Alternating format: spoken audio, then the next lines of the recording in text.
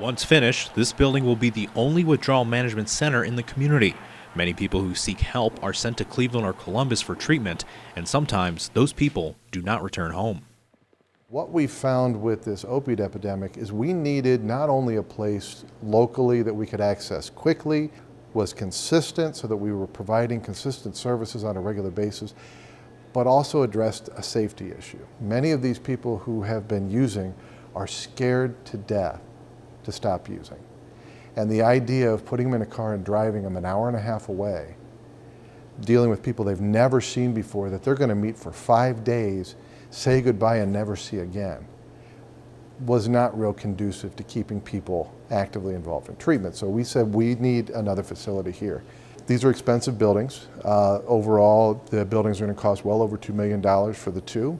The state was very generous with us. We have $1 million in local levy funds. We have two $500,000 grants, capital grants from the Department of Mental Health and Addiction Services. Richland Foundation came along with a $100,000 grant. The Ada Ford Foundation came along with a $50,000 grant, and Ohio Health contributed $10,000. With better funding comes better resources, which can be used to save lives. Some community members understand that all too well, how important it is to have these resources nearby. Take Kathy Close, who lost her son Brett to addiction in 2015.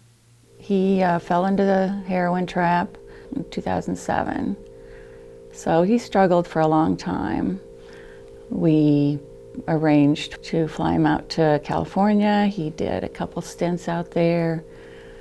Then going through halfway houses, and him being so far away, it was hard for me to control things. And he kept relapsing. So he passed away April 27th of 2015. It's extremely important to have a detox center right here and available to people. It was a barrier before because everything was a wait for a bed, a wait for a time, a wait for an appointment. And heroin addicts can't wait. They don't have time. I've hung on to funeral donations for over 3 years, waiting for the right thing. When they talked about having an immediate facility, I knew it right away. This was the thing that he would want. We actually talked about it. You know, we just had dreams of doing something like this.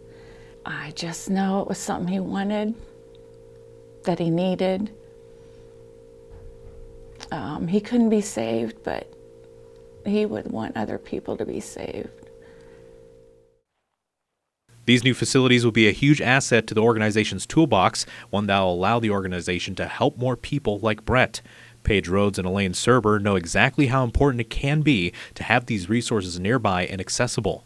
The aim for withdrawal management is to provide a setting for people to withdraw with medications, which makes it a lot safer and a lot more comfortable for them.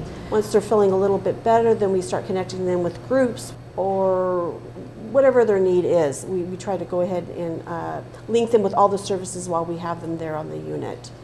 When people come to us, they may be living on the street, they may be involved with our court systems. Some of the women that come to us may have been involved in human trafficking. So we see people sometimes at their lowest, and we put that safety net under them to provide them hope. That word, hope, is the key aspect to Catalyst's plan to have this facility be a shining light to those that seek help locally. I'm super excited for this. I really am. Too late for me, but it'll save people's lives.